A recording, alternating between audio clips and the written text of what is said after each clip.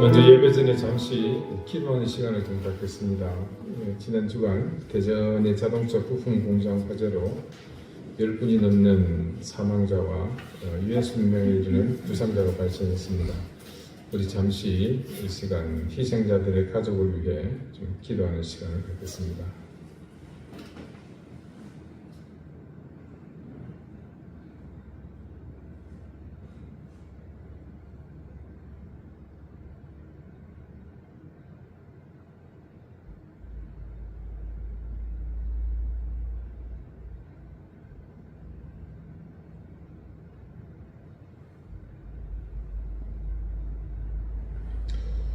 네, 이제 다같이 자리에서 일어나셔서 사순절 5번째 주일 예배 하나님 앞에 함께 드리겠습니다.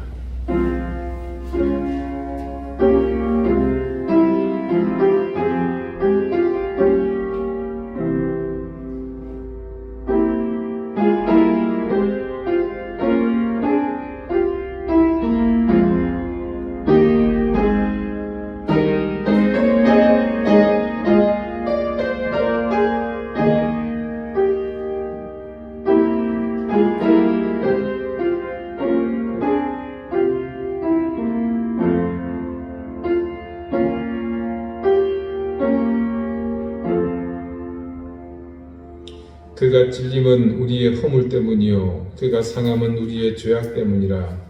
그가 징계를 받음으로 우리는 평화를 누리고 그가 채찍에 맞음으로 우리는 나음을 받았도다. 우리는 다 양 같아서 그릇 행하여 각기 제 길로 갔거늘 여호와께서는 우리 모두의 죄악을 그에게 담당시키셨도다. 아멘. 하나님의 사랑을 묻는 자들에게 당신이 지신 거친 십자가를 보여주시며 우리가 가고 있는 길과 전혀 다른 곳으로 마지막 처절한 고통의 길을 향해 가시는 주님, 우리의 걸음을 돌이켜야 하지만 아직도 우리가 가야 할 의지는 주님의 십자가보다 더 강력합니다. 주님, 간절히 구하고 바랍니다. 이제는 우리의 욕심을 채우는 이 걸음을 더 이상 내딛지 않게 해주십시오. 오늘 이 시간을 통해 이 예배를 통해 우리 삶이 참된 신앙인의 길을 결단하며 엎드리는 시간 되게 해주십시오. 이 예배 가운데 주실 은혜를 예비하시며 여전히 그 고난의 길 한가운데서 우리를 위해 거친 숨을 몰아쉬고 험한 길을 가시는 주님을 바라보며 우리를 향한 그 엄청난 사랑 앞에 온전히 엎드려 경배하며 주님이 가시는 그 길을 이 예배를 통해 온전히 보게 해 주십시오. 예수 그리스도 이름으로 기원하옵나이다. 아멘. 찬송가 3장 함께 찬송하겠습니다.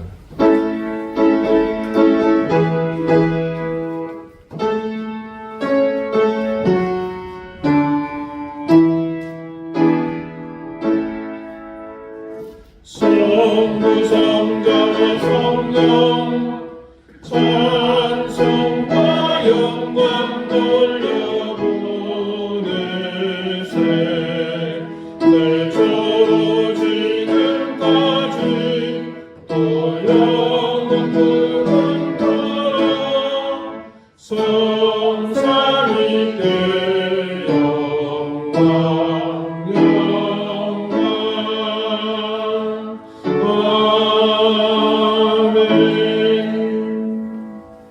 이제 다 함께 참회의 기도를 드리겠습니다. 용납하시고 용서하시고 죄를 사해 주시는 주님께 머리 숙여 이 시간 우리의 모든 죄와 허물을 고백합니다. 하나님의 자녀라는 특별한 신분으로 살면서 더럽고 추한 모습으로 살았던 삶을 회개합니다. 하나님께 찬양을 드릴 수 있는 우리만의 특권을 가진 그 입술로 함부로 말하며 거짓말하고 점례와 비난을 일삼았습니다. 우리의 행동은 너무나 무분별했으며 모든 걸음이 죄를 심고 거두는 어둠의 삶이었습니다.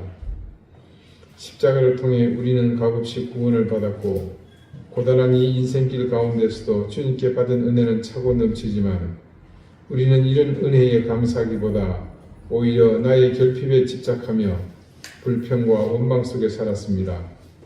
주님, 저희가 너무나 어리석었습니다. 하나님이 살아계셔서 지금도 우리를 지켜보고 계시며 우리를 인도하심을 깨닫지 못하고 원망과 불평과 죄의 삶을 살았습니다. 주님, 어리석고 미련하게 살아온 우리의 삶을 회개하오니 우리의 죄와 허물을 용서해 주십시오. 이제는 하나님과 나만이 아는 은밀한 죄를 생각하며 계속해서 침묵 가운데 참회의 기도를 드립니다.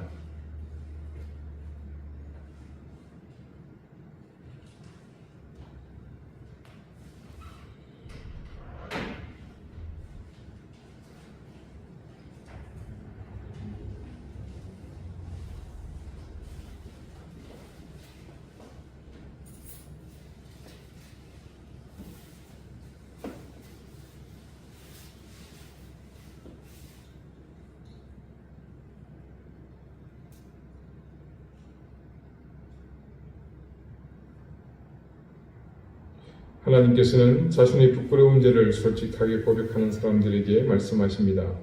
이날에 너희를 위하여 속죄하여 너희를 정결하게 하리니 너희의 모든 주에서 너희가 여호와 앞에 정결하리라. 아멘. 이제는 사도신경으로 우리의 신앙을 고백하오니 나는 전능하신 아버지 하나님 천지의 창조주를 믿습니다. 나는 그의 유일하신 아들 우리 주 예수 그리스도를 믿습니다. 그는 성령으로 잉태되어 동정녀 마리아에게서 나시고 본디오 빌라도에게 고난을 받아 십자가에 못 박혀 죽으시고 장사된 지 사흘 만에 죽은 자 가운데서 다시 살아나셨으며 하늘에 오르시어 전능하신 아버지 하나님 우편에 앉아 계시다가 거기로부터 살아있는 자와 죽은 자를 심판하러 오십니다. 나는 성령을 믿으며 거룩한 공교회와 성도의 교제와 죄를 용서받는 것과 몸의 부활과 영생을 믿습니다. 아멘. 자리에 앉으시기 바랍니다. 이제 다 함께 성신을 교독하겠습니다. 성신은 교독문 128번 사순절 5입니다.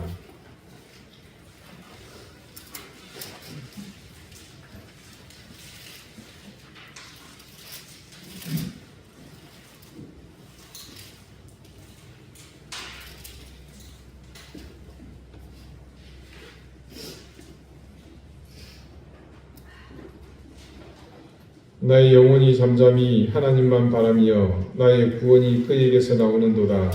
오직 그만이 나의 구원이시요 나의 구원이시요 나의 요새이시니 내가 그의 흔들리지 아니하리로다. 넘어지는 담과 흔들리는 울타리같이 사람을 죽이려고 너희가 일제히 공격하기를 언제까지 하려느냐. 그들이 그를 그의 높은 산에서 떨어뜨리기만 하고 거짓을 즐겨하니 입으로는 축복이요 손으로는 저주로다. 나의 영혼아 잠잠히 하나님만 바라라. 무릇 나의 소망이 그로부터 나오는도다. 오직 그만이 나의 반석이시요 나의 구원이시요 나의 요새이시니 내가 흔들리지 아니하리로다. 나의 구원과 영광이 하나님께 있으며 내 힘의 반석과 피난처도 하나님께 있도다. 백성들아 스스로 그를 의지하고 그의 앞에 마음을 토하라. 하나님은 우리의 피난처시도다. 아멘. 기도드리겠습니다. 사랑하는 구주 예수님, 우리가 이 사순절 가운데 있음이 더욱 큰 은혜입니다. 단지 고난이라는 기억만이 아닌 특별한 방식으로 주님과 함께하는 시간이기에 우리는 더욱 감사합니다. 그 특별함은 곧 기도요, 금식이요, 그리하여 예루살렘으로 골고다로 죽음을 이긴 최후 승리의 자리로 주님을 따라 주님의 길로 가는 시간이기에 우리에게 더욱 소중한 순간임을 고백합니다. 주님, 여전히 우리는 아직도 마음이 나뉘어 있습니다. 진심으로 주님을 따르고 싶으면서도 저 자신의 욕망을 따르고 싶은 마음이 우열을 가릴 수 없는 모습으로 자리 잡고 있습니다. 명성과 성공과 인간의 존경과 쾌락과 위세와 권력을 속삭이는 음성들의 귀를 내주고 싶은 마음도 있습니다. 하지만 주님, 이런 음성들의 귀 멀게 하시고 넓고 평탄한 길이 아니라 생명의 좁은 길을 택하도록 저를 부르시는 그 음성에 귀 기울이게 해 주십시오. 사순절이 우리에게 아주 힘든 시간이지만 그럼에도 주님의 길을 선택하는 일을 삶의 순간마다 멈추지 않게 해 주십시오. 우리의 모든 생각도 입술의 모든 말도 그리고 사지백체가 행할 모든 행동도 주님의 행동을 선택해야 함을 잊지 않게 해주십시오. 선택이 필요 없는 시간이나 장소는 없음을 알게 하시고 주님을 선택할 때면 우리 마음속에 얼마나 힘든 저항이 있는지 잘 알고 있사오니 주님, 그래서 우리가 가는 곳마다 순간마다 동행해 주시기를 구합니다. 슬퍼하는 사람을 만나면 우리를 도우셔서 위로하게 해 주십시오. 혹시 동정적인 말 한마디나 따뜻한 마음으로 손을 잡아줄 수 있게 해 주십시오. 절망한 사람을 만나면 우리를 도우시어 격려하게 하시고 우리를 통해 절망을 딛고 일어설 수 있게 해 주십시오. 유혹에 넘어진 사람을 만나거든 부드러운 말로 권유하고 올바른 본을 보임으로써 유혹에 맞서 싸울 수 있는 힘을 더해 주십시오. 근심과 걱정에 찌든 사람을 만나면 우리에게 도움을 주셔서 모든 불만을 당신께 맡겨드려 맑은 얼굴로 웃게 해 주십시오. 일에 지친 사람을 만나면 손을 내밀어 그의 짐을 덜어주게 해 주십시오. 무엇으로도 만족하지 못하며 불평불만으로 가득한 사람을 만나면 우리를 도우셔서 일이 나쁜 것이 아니라 사람의 생각이 비뚤어졌음을 깨닫게 해 주십시오. 행복에 겨운 사람을 만나면 그들의 기쁨에 동참하게 하시고 그들을 시기하지 않게 해 주십시오. 만나는 모든 이들의 생각과 마음에 드는 사람이 되어가는 곳마다 기쁨과 행복의 사도가 되게 해 주십시오. 주님, 우리의 간절한 바람을 담아 이렇게 주님 앞에 기도합니다. 주님, 우리의 바람과 소망 위에 하나님의 뜻을 펼쳐주시고 그 길을 따라가는 저희가 되게 해 주십시오. 오늘도 우리 가운데 산적한 많은 기도의 제목을 하나님께서 기억하시오니 아픈 이들을 위해 기도하는 가족들의 기도를 들어주시고 그들을 위해 함께 손모아 기도하는 우리의 기도에 응답해 주십시오. 자녀를 위해, 생업을 위해, 이 땅의 복음화를 위해, 이 나라와 민족을 위해 기도하는 그 모든 손길의 기도가 하나님께 응답되는 역사가 있게 해 주십시오. 예수 그리스도 이름으로 기도드립니다. 아멘.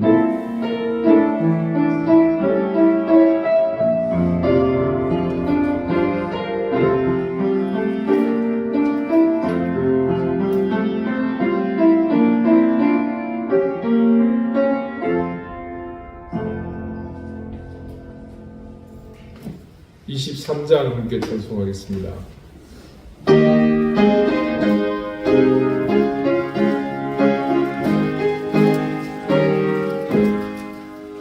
하늘이 내게 있으면 네가 가지고 내 구주 주신 종을 늘 찬송하겠네. 내 은혜로 신 하나님 날 도와주시고 택하신 영광 돌리며 하소서. 내 주의 귀한 이름이 날 위로하시고 이 귀에 은하 같으니 잔인하게로나. 내 주의 권세 베푸며 은혜 갚으시고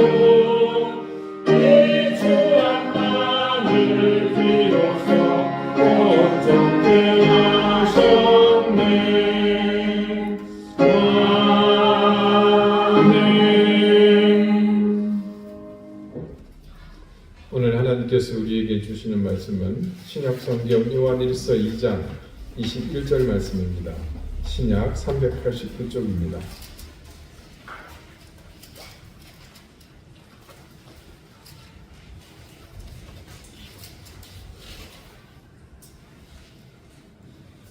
요한일서 2장 21절 말씀을 제가 읽겠습니다. 이제 다 같이 자리에서 일어나 하나님의 말씀을 경청하십시오. 내가 너희에게 쓰는 것은 너희가 진리를 알지 못하기 때문이 아니라 알기 때문이요 또 모든 거짓은 진리에서 나지 않기 때문이라. 아멘. 자리에 앉으시기 바랍니다. 하나님께서 이 말씀으로 우리에게 은혜 주시기를 원합니다.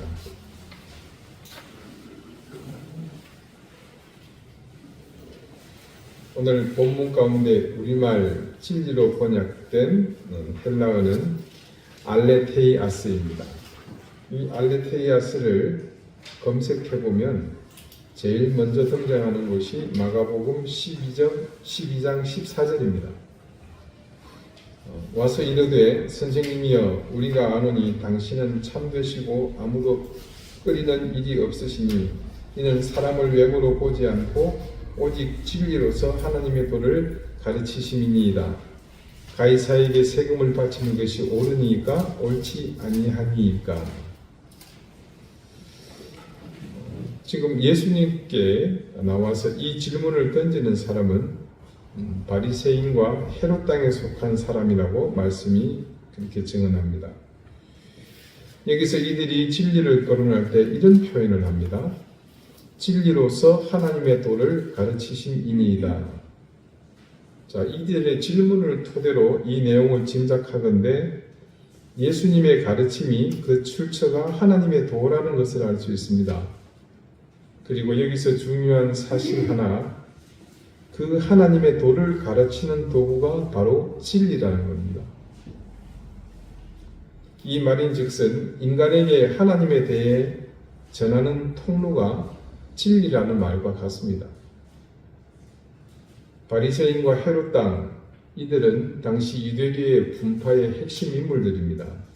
그들은 누구보다도 모세의 율법에 정통한 사람이고 더군다나 여호와 하나님에 대한 지식은 당대 최고로 꼽는 사람들이면 이견이 없습니다. 아마 우리 주님께서 만약에 진리를 벗어난, 그러니까 진리에서 나지 아니한 것을 가지고 하나님을 증거했다면 그들은 이렇게 논쟁 자체를 시도하지 않았으면 물론이고 처음부터 무력을 동원해서 주님에게 신체적이든 뭐가 되었건 위해를 가했을 겁니다. 이미 그들은 돌로 사람을 쳐 죽일 수 있는 무시무시한 율법의 심판 도구를 공식적으로 갖고 있는 그런 사람들입니다. 그래서 우리는 이 한 가지 사실을 여기서 확증할 수 있습니다. 하나님 그분에게서 난 것은 오직 진리일 뿐이며 그래서 진리가 아닌 어떤 것으로도 하나님을 설명할 수 없다. 그 어떤 것도 하나님으로부터 난 것은 아니다.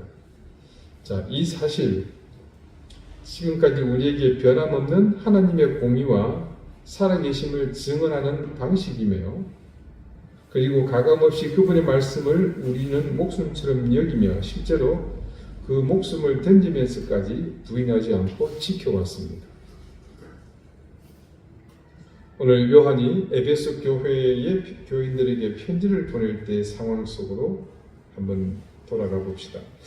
당시에 창궐했던 영지주의는 교회에 충분히 위협이 되었습니다. 그래서 요한도 그 위협이 결코 가볍지 않았음을 알았기 때문에 그들에게 이토록 근본적인 진리의 문제를 거론하며 당부하고 있는 겁니다. 그런데 요한은 이 사실, 즉 거짓에 기반한 영지주의의 창궐에 부안해동하는 교인들에게 중요한 사실을 주지시켰습니다. 그것은 우리가 이미 앞서 보았던 우리 속에 내재하시는 성령의 역사를 언급한 사실입니다. 사실 이미 그 사실, 즉 성령이 우리 안에 계시다는 것을 굳게 믿는 것만으로도 충분합니다. 왜 제가 말씀 끝무렵에 그것으로 족합니다 라고 여러분에게 강조했던 걸 기억하시죠? 대신 이 말씀, 또 모든 거짓은 진리에서 나지 않기 때문이라 라는 지적은요, 우리의 결핍을 탓하는 것이 아닙니다. 우리 속에 계신 성령님의 지식으로 대적해야 할 거짓의 실체가 무엇인지를 분명히 밝히는 겁니다. 요한의 이런 지적과 가르침이 직접적으로 그들에게 어떤 효과가 있었는지에 대한 기록은 없습니다. 하지만 우리가 분명하게 확인할 수 있는 것이 있습니다. 그 이후 영지주의의 가르침이 교회를 완전히 장악하고 성도들을 모두 그 주장에 빠지게 하여 새로운 교리로 자리를 잡았다는 기록은 찾아볼 수 없습니다. 얼마가 되었건 일정 시간이 흘렀고 영지주의의 가르침이건 그것을 전파하는 사람들이건 이제 그런 것들은 모두 자취를 감추고 없습니다. 만약에 그 영지주의가 정말 진리를 말하는 것이며 그 속에 진짜 진리가 있었다면 그것은 사라지지 않았고 더욱 그 힘이 강력해져서 새로운 종교로 자리 잡지 않았겠습니까? 우리가 여러 통로를 통해 경험하는 진리들은 사실 어제 오늘에 생겨난 것들은 아닙니다. 모두가 실제로는 오랜 역사가 있는 것들이 대부분이며 어떤 것은 그 기원조차 가늠하기 어려울 정도로 까마득한 것들도 많습니다. 그렇게 역사의 기원이 길고 짧은 것을 물어나고 진리는 사라지지 않고 지금까지 이어져 오고 있습니다. 이유가 무엇일 것 같습니까? 진리가 사라지지 않고 그 명맥이 이어져 온 이유 말입니다. 대답은 간단합니다. 여러분도 알고 있는 내용이죠. 뭡니까? 그것이 진리이기 때문입니다. 물론 진리 자체가 어떤 위협도 없이 무조건적으로 명맥을 이어온 것은 아닙니다. 그것에 대한 사람들의 깊은 신뢰가 위협을 받기도 하며 때로는 그 진리 때문에 피해를 보는 거짓 세력들이 가진 수단으로 그 진리를 소멸하는 시도가 많았습니다. 그래서 때로는 진리가 그런 거짓 세력의 포갑에 의해 사라지는 것 같았습니다. 워낙에 거짓 세력의 위세가 크니까 세상을 온통 그 거짓이 덮고 있으니까 모두가 그런 것 같았습니다. 그러나 거짓의 바탕을 둔 권세와 힘의 능력은 영원하지 않습니다. 언젠가 반드시 쇠락하거나 소멸하는 때가 오기 마련입니다. 그때 진리는 다시 되살아납니다. 잠시 숨을 죽이고 있었을 뿐 진리는 사라지지 않기 때문입니다. 우리 구약의 5가지 제사 기억하십니까? 예, 번제, 소제, 속제제, 속건제, 그리고 화목제. 그 제사 중에 두 번째 소제는 그 의미가요, 곡식 가루. 그러니까 곡식을 빻으면 색깔이 흰색이죠. 이 하얀 가루를 태워서 하나님께 드린다고 해서 힐 소자를 넣어서, 소복이라 그러죠, 그죠? 작은 옷이 아니고요, 흰 옷을 소복이라고 합니다. 그래서 소제라고 했습니다. 이 제사는 소나 양과 염소, 비둘기 등의 짐승을 드리는 제사에 반해서 형편이 넉넉하지 못한 사람이 곡식으로 대신하여 드릴 수 있는 제사였습니다. 근데 이 소제를 드릴 때 주의사항이 있습니다. 레위기 2장 11절 말씀입니다. 너희가 여호와께 드리는 모든 소제물에는 누룩을 넣지 말지니 너희가 누룩이나 꿀을 여호와께 화제로 드려 사르지 못할지니라. 이 말씀에 따르면 이 소제를 드릴 때 그 제물에 넣지 말아야 할 것이 두 가지가 있다고 우리에게 경고하고 있죠. 누룩과 꿀입니다. 누룩의 용도는 뭐죠? 이스트 효모입니다. 부풀게 하는 거죠. 반죽을 하고 누룩을 넣으면 반죽이 부풉니다. 이는 무엇이든 하나님께 소제를 드릴 때, 즉 예배를 드릴 때 과장하지 말라는 경고입니다. 여러분, 제사는 뭡니까? 예배잖아요. 예배는 하나님께서 우리를 만나주시는 예식이지 않습니까? 그런 하나님 앞에 우리를 과장해서 보이는 것은 절대 있을 수 없는 일입니다. 설령 우리의 능력으로 제주껏 과장할 수 있다고 칩시다. 과연 하나님이 과장된 그것을 용납하시겠습니까? 사람의 중심을 보시는 하나님 앞에서 그것은 불가능한 일입니다. 또 한 가지는 꿀을 바르지 말라고 합니다. 꿀을 바르지 말라는 것은 그것에 꿀맛을 더하지 말아라, 즉 비화하지 말라는 의미입니다. 내가 한 것이 이 모양이면 이 모양 그대로 하나님께 드리라는 겁니다. 꿀을 바르지 말라는 것과 누룩을 넣지 말라는 것은 근본적으로 이유는 같습니다. 본래의 것을 그대로 드리라는 의미, 바로 그것입니다. 이것을 금하는 것은 이유가 아주 간단한 데 있습니다. 그것이 하나님 앞에 드리는 것이며 그분 앞에서 거짓은 아무 의미가 없기 때문입니다. 결국 소제, 하나님께 드리는 제사, 즉 하나님 앞으로 나오는 것에는 거짓이나 위선이나 과장이 있을 수 없고 오직 진실, 진리만이 나올 수 있습니다. 이것이 철저히 예배의 정신입니다. 결국 온전하게 꾸밈 없이 심지어 나라는 죄인조차도 온전히 없어지는 자세로 하나님 앞에 나아가는 겁니다. 이렇게 엄격한 법 제정을 한 이유는 다른 것에 있지 않습니다. 그분이 오직 진리 그 자체이시기 때문입니다. 우리는 하나님 앞에서의 진리에 대해서 성경 말씀 어디를 찾아보더라도 반드시 확인할 수 있는 것이 있습니다. 그것은 하나님과 진리를 결코 분리해서 생각할 수 없다입니다. 그러므로 하나님에게서 나지 않은 것에 대해 어떤 절대성을 부여하거나 그것을 진리로 끌어오려는 시도는 모두가 헛된 일입니다. 지금 세상을 지배하는 가장 강력한 힘이 지향하는 그 어떤 것도 진리가 아닌 이상 그것은 유한한 것이며 반드시 그 허구가 드러나고 진실이 밝혀지므로 진리가 아닌 것에 대한 심판은 필연적으로 따라올 수밖에 없습니다. 자, 마지막으로 성경 속에서 한 가지 사건만 더 보겠습니다. 사건은 다름 아닌 예수님의 승천 이후 제자들의 행보 속에서 나타난 한 가지 특별한 이야기입니다. 사도행전의 기록을 보면 예수님의 부활을 증거하며 복음을 전할 때 그것이 얼마나 강력한 울림이 있었던지 말씀을 듣고서 믿게 된 사람의 숫자가 무려 5천이나 되었다고 증언합니다. 그런데 이 5천이라는 숫자가 전체 복음을 영접한 사람의 숫자가 아닙니다. 사도행전 4장 4절입니다. 말씀을 들은 사람 중에 믿는 자가 많으니 그 수가 5천이나 되었더라. 성경은 그렇게 기록하지 않았습니다. 남자의 수가 약 5천이나 되었더라. 말씀은 분명하게 믿는 자가 많으니라면서 5천이나 되었다는 그 숫자가 남자의 수라고 분명하게 특정을 짓는 것을 봅니다. 이게 무엇을 의미하는지 여러분은 아시죠?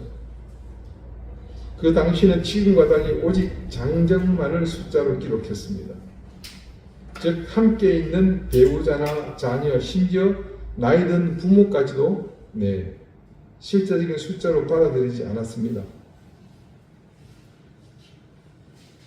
그러니까 이 5천이라는 남자의 숫자는 실제로 가장 적게 4인 가족을 기준으로 하면 최소 2만이 되는 것이고 그것은 최소로 했을 때입니다. 실제로는 5만 이상으로 봐야 하는 거죠. 예수님이 부활하시고 승천하셨을 때 그 예루살렘 전체 인구가 얼마나 되었을 것 같습니까? 어디 역사 자료를 찾아보면 상세히 나오겠지만 지금에 와서도 이 숫자는 어마어마한 숫자입니다. 그러니 이 정도 되면 예루살렘의 종교 지도자들에게는 사실상 이게 비상 상황이라고 봐야 됩니다. 국가안보회의가 소집돼야 돼요. 그래서 아니나 다를까 관리들과 장로들과 서기관들, 그 가운데 대제사장 안나스와 가야바와 요한과 알렉산더, 거기에 더하여 대제사장의 가문이 총출동해서 실제로 5,000명을 회개시키고 복음을 영접하게 만든 당사자, 바로 사도인 베드로와 요한을 불러서 추궁을 합니다. 그 내용이 조금 전 읽어드린 그 바로 이어서 나옵니다. 사도행전 4장 5절에서 7절입니다. 이튿날 관리들과 장로들과 서기관들이 예루살렘에 모였는데 대제사장 안나스와 가야바와 요한과 알렉산더 및 대제사장의 문중이 다 참여하여 사도들을 가운데 세우고 묻되 너희가 무슨 권세와 누구의 이름으로 이 일을 행하였느냐? 뭐라는 겁니까? 한마디로 어디 근본도 없는 것들이 감히 이런 일을 하고 있느냐라고 사실상 협박성 신문을 하고 있는 겁니다.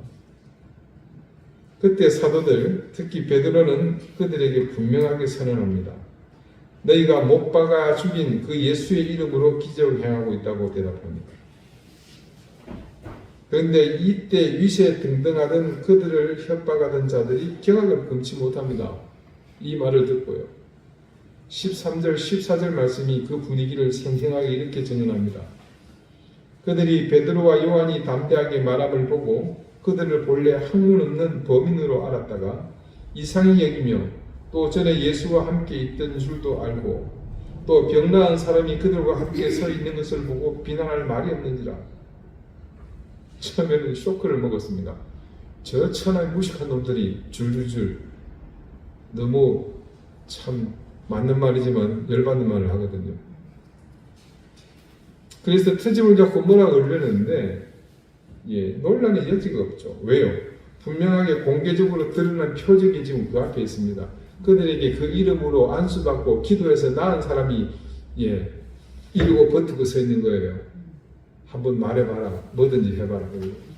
우리가 정의입니다.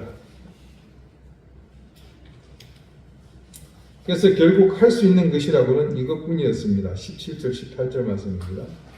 이것이 민간에 더 퍼지지 못하게 그들을 위협하여 이후에는 이 이름으로 아무에게도 말하지 말게 하자 하고 그들을 불러 경고하여 도무지 예수의 이름으로 말하지도 말고 가르치지도 말라 하니. 자, 이 말이 과연 베드로와 요한에게 씨알이 먹혔겠습니까? 그때 베드로와 요한이 그런 위협에 이렇게 대답합니다. 이 말이 걸작입니다. 19절과 20절입니다. 베드로와 요한이 대답하여 이르되 하나님 앞에서 너희의 말을 듣는 것이 하나님의 말씀을 듣는 것보다 옳은가 판단하라. 우리는 보고 들은 것을 말하지 아니할 수 없다 하니. 제가 여러 차례 이 내용을 설교 시간에 인용했죠. 이 말씀을 볼 때마다 감격하게 되고 감동하게 됩니다. 한마디로 은혜를 받게 된다는 거죠. 어떻게 그 무식했던 어부 베드로가 이런 얘기를 할 수 있단 말입니까? 지금 이런 놀라운 고백이 담긴 선포를 설명할 길은 이것뿐입니다. 그들이 지금 자신들 앞에 충만한 성령님 안에 모두가 온전히 거했기 때문입니다. 그리고 거기에 더하여 그들이 주저함이 없었던 이유는 바로 그들이 전하는 이것이 진실이며 진리 그 자체였기 때문입니다. 우리는 이제 몇 주가 지나면 인류 역사상 가장 많이 거론되었고 지금도 그 논쟁이 끊이지 않는 한 진리에 대한 중요한 증거를 다루는 일을 해야 합니다. 바로 주님이 부활하셨다는 놀라운 사건에 우리가 증인으로 서는 일이죠. 그것은 분명 진리입니다. 우리는 주님이 부활하셨다는 사실에 의심을 두지 않습니다. 그러나 구원의 확신을 경험하지 못한 불신자들은 여전히 그 사실에 동의하지 않습니다. 그런데도 서구 중심의 지난 역사에서 부활절은 이 세상의 어떤 축제보다 비중 있는 행사임에는 논란의 여지가 없습니다. 그런데 사실 이것이 또 논쟁을 불러일으키는 원인이 되기도 합니다. 하지만 예수님의 부활의 이 증언이 2000년이 지났지만 지금에도 여전히 허물어지지 않습니다. 왜요? 그것이 진실이니까요. 그것이 진리이기 때문입니다. 그래서 우리는 해마다 이때가 되면 그 허물 수 없는 진실을 등려고 당당하게 세상을 향해 증인으로 나아갑니다. 굵직굵직한 정치 관련 이슈나 사건이 생겼을 때 무슨 게이트라고 해서 관용적으로 부르는 예가 있습니다. 이 게이트는 뭡니까? 문이죠. 그걸 통해서 뭔가 일이 벌어졌다는 겁니다. 바로 그 게이트의 시초가 된 사건이 바로 미국에서 있었던 워터게이트 사건입니다. 1972년 6월 17일입니다. 백악관과 당시 대통령이었던 리처드 닉슨 재선위원회의 사주를 받은 5명의 괴한이라고 표현하기 그렇고요. 아무튼 그 사람이 그해 있을 미국 대통령 선거를 앞두고 워싱턴 DC의 워터게이트라는 지역에 있는 민주당 전국위원회 사무실에 침입해서 불법적인 도 방청과 상대 후보자에 대한 사보타주, 일종의 태압을 한 유명한 사건입니다. 이 워터게이트 사건은 미국 역사상 유례가 없는 가장 큰 정치 스캔들입니다. 사건이 드러났을 당시에는 큰 관심을 끌지 못했고 그렇게 묻히나 싶었습니다. 하지만 1973년 2월 닉슨이 재선 임기를 시작한 직후 미국 상원에 의해 진상조사위원회가 설치되었고 각종 언론이 보도하기 시작하면서 이 사건이 확대됩니다.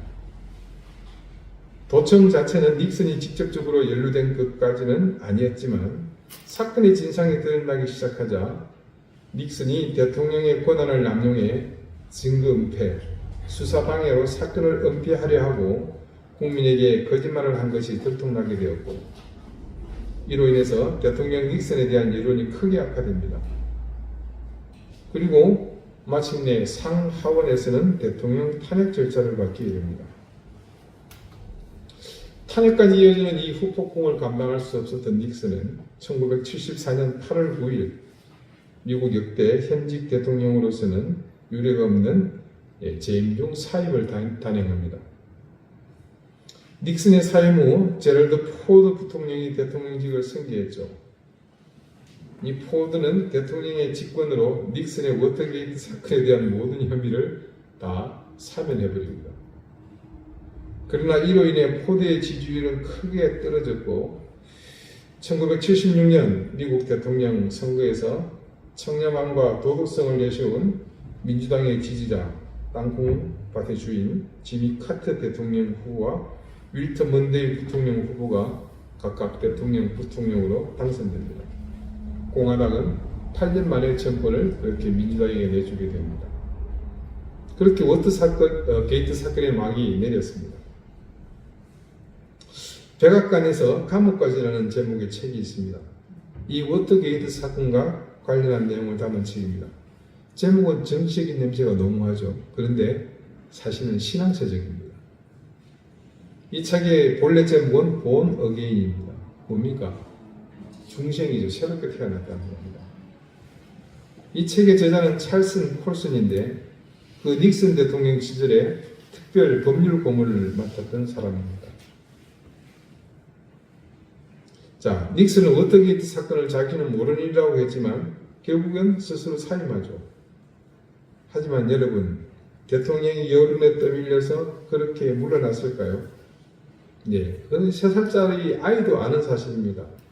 그렇지 않죠. 자기 권력을 이용해서 모든 혐의를 부인하고 무혐의를 만들기 위해서 법적 모든 수단을 강구합니다.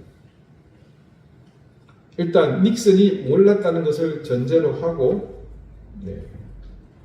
이를 뒷받침할 만한 거짓 알리바이를 만들기 위해서 조금 전에 있었던 그 찰슨 콜슨이 중심이 된 특별 법률 자문팀이 모든 모의를 단행을 합니다. 그들은 미국 제1의 법률 전문가의 엘리트들이었습니다. 그러니 그들은 단연간의 경험을 통해서 법정에서 검사나 판사의 질문에 어떻게 답해야 빠져나갈 수 있고 어떻게 대답해야 무혐의를 받을 수 있는지 당사자인 닉슨의 결부에서 거짓말이 아닌 것처럼 바꿀 방법들 그런 것들에 대한 해박한 지식들이 있었습니다. 그래서 이들은 모든 시나리오를 만들고 입을 다 맞췄습니다. 근데 막상 특별검사의 조사가 시작되고 나서 며칠 만에 그들이 짰던 시나리오가 거짓임이 들통나고 말았습니다. 완벽하게 무너졌죠. 왜 그런 결과가 나왔습니까? 이유는 간단합니다. 그들이 지키려고 했던 것은 진실이 아니라 거짓말이었기 때문이죠. 그래서 이 찰슨 콜슨이 그 모든 일을 주도한 수장으로서 결국 수갑을 차고 감방에 가게 됩니다. 근데 놀랍게도 그는 수감 생활하는 동안 주님을 인격적으로 만나게 되었고 완전히 본 어게인 하게 되었습니다. 그가 교도소에서 다시 주님을 만난 뒤에 기중한 사실을 깨달았습니다. 우리 같은 법률적 전문가가 그토록 머리를 써서 지키려고 했던 시나리오가 지켜지지 않는데 2000년 전에 부활을 증거한 이들은 법률 전문가들도 아닙니다. 닉슨 대통령 밑에서 그 거짓 시나리오를 짰던 사람들은 닉슨 대통령만을 위해서가 아니라 사실은 자기 자신들을 위해서도 그랬습니다. 왜냐하면 그들은 대통령이 있어야 그 세계 최강 대국 대통령의 권한을 함께 누릴 수 있었던 사람들입니다.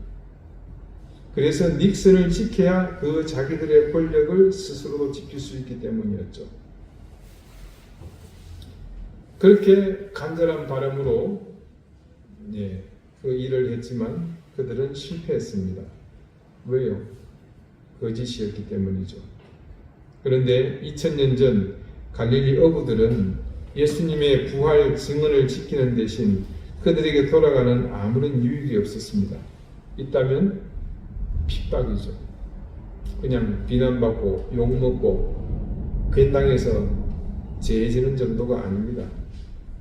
예수님이 부활했다고 증언한 것 때문에 원형 경기장에 던져져서 사자밥이 되어야 했습니다. 그 증언 때문에 참수형을 당해야 했고요. 그 증언 때문에 온갖 고초를 다 겪어야만 했습니다. 그런데도 불구하고 그들은 예수님이 사랑하셨다고 증언했습니다. 그리고 그 증언이 2000년이 지난 지금도 허물어지지 않고 있습니다. 이유는 예수님이 진짜 부활하셨다는 그 진리를, 그 진실을 그들은 믿었기 때문입니다. 그들은 진짜 부활하신 주님을 만났습니다. 진리 그 자체인 영생자 주님, 부활하신 그분을 그들의 눈으로 똑똑히 보았던 겁니다. 그래서 그들은 진리를 직접 체험하고 그 안에 거했기 때문에 육체의 죽음을 두려워하지 않았습니다. 내가 주님을 믿고 주님을 위해서 내 육체의 생을 버린다고 할지라도 부활의 주님께서 영원한 생명으로 책임져 주실 것을 믿었던 겁니다. 여러분, 우리 믿음의 출처는요, 다른 세상의 어떤 것보다 강력하고 굳건한 진리에 기초하고 있습니다. 그것은 다른 말로 우리의 믿음은 결코 패배하지 않는다는 뜻이기도 하지만 또한 모든 것에 있어서 가장 소중한 가치라는 의미이기도 합니다. 우리는 아주 중요한 사실에 있어서 세상의 사람들과 극복할 수 없는 차별이 있습니다. 그것은 우리가 성령에 사로잡힌 사람이라는 사실입니다. 그래서 우리 속에는 세상 사람들은 알 수도 없을 뿐 아니라 이해할 수도 없는 진리의 영이 내주하는 인생을 살고 있습니다. 그리고 우리가 우리 안에 내주하시는 그분 안에 거하는 것으로 우린 세상의 어떤 이론과 철학보다도 분명한 진리를 소유하게 된 사람들입니다. 그래서 오늘 요한이 말하는 이 사실, 진리에서 나지 않기 때문이라는 한마디로 진리가 아닌 세상의 모든 위협 속에서 우리는 당당할 수 있습니다. 그리고 우린 그 당당함 속에서 우리가 아는 그 진리 때문에, 그 진리를 믿는 믿음 때문에 승리의 삶을 사는 겁니다.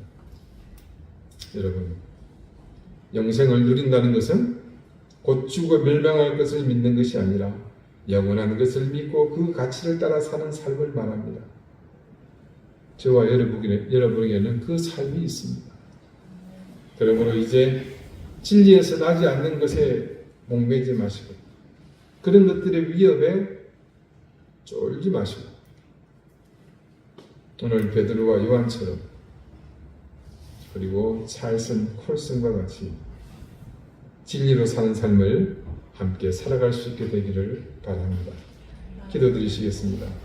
하나님, 우리 안에 내주하시는 성령님의 역사심을 우린 너무 가볍게 여기며 살았습니다.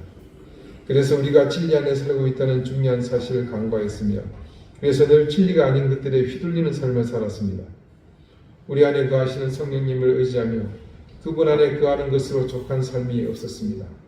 주님, 우리에게 생명의 영이신 성령님, 진리의 영이신 성령님께서 함께 하신다는 이 사실이 온통 우리 인생을 다스리게 해주십시오. 그래서 예수님만이 구주이시며 영원한 생명의 길이 되신다는 이 진리에 흔들림이 없게 해주십시오. 공회 앞에서 당당했던 베드로처럼 우리도 진리로 당당하게 하시며 담대한 삶을 이 거짓된 세상 가운데서 살아가게 해주십시오. 예수 그리스도 이름으로 기도드립니다. 아멘. 350장 함께 찬송하겠습니다.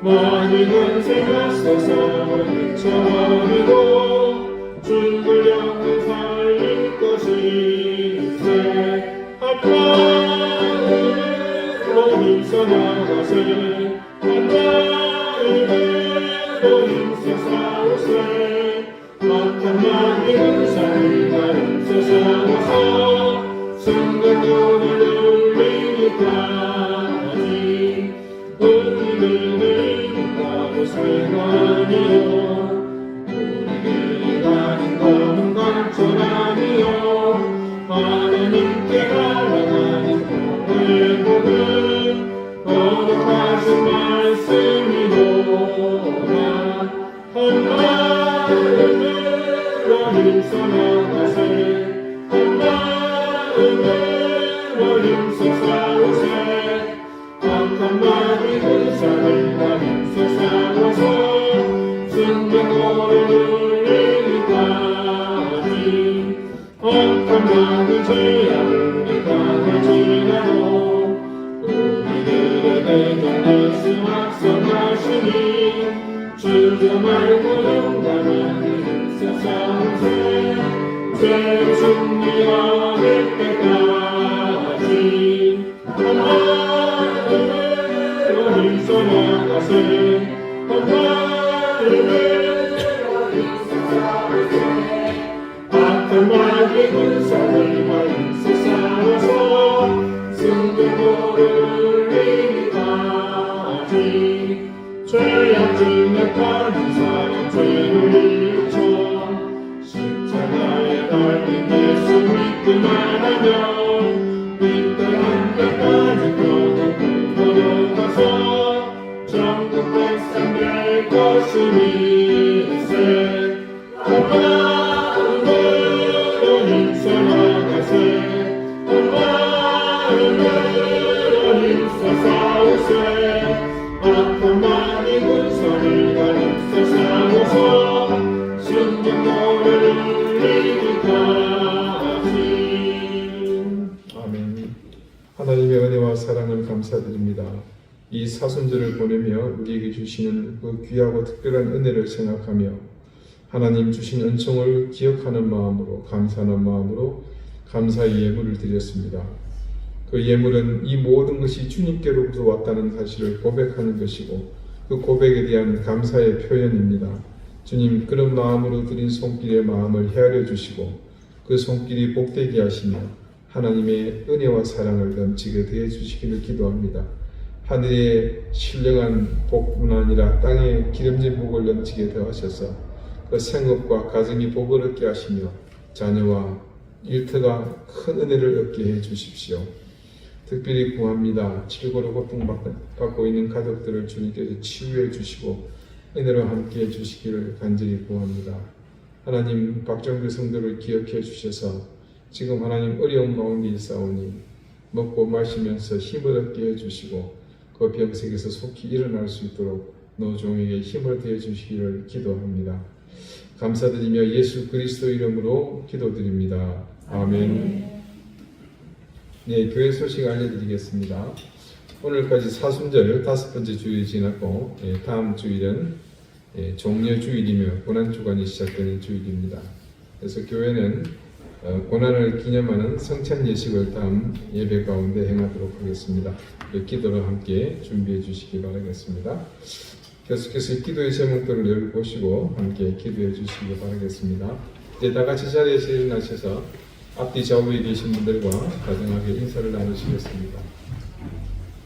네, 한 가지 빠졌는데 우리 박찬웅 성도 이제 그 행정사 사무실 오픈을 했습니다. 예, 기억하시고 넉넉해 주시고요. 명함을 좀 넉넉하게 가져와서 그 나갈 때 한 분씩 다 드려요. 예. 영어로 그렇게 해야지. 대충 하면 안 돼. 네, 54장 함께 찬송하겠습니다.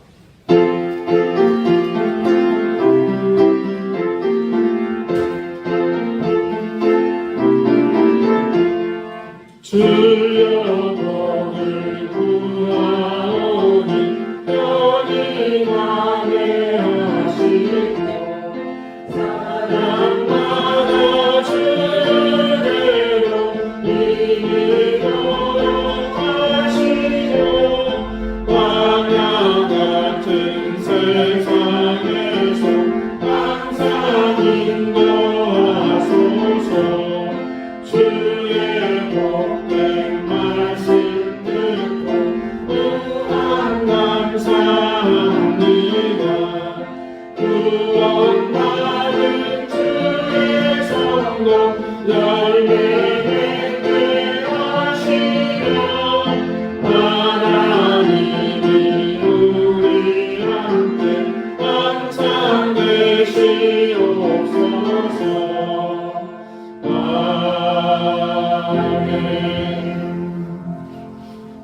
이제는 예수 그리스도의 은혜와 하나님의 사랑과 성령의 교통하심이 진리의 영이신 성령님께서 우리 안에 내주하시고 그분의 다스림 가운데 거함으로 진리를 온전히 알고 있는 우리의 삶이 우리 인생이 되게 하시고, 그래서 그 인생 때문에 거짓으로 위협받는 이 세상 속에서 언제나 당당할 수 있는, 또 그렇게 살기를 소망하는 우리 이등교회 모든 성도들과 저들의 가정과 생업 위에 귀한 자녀들 위에 이제 새롭게 행정사의 업무를 시작하는 우리 박찬웅 성도의 그 사업 위에 이제로부터 영원토록 항상 함께 하시기를 간절히 축원하옵나이다. 아멘.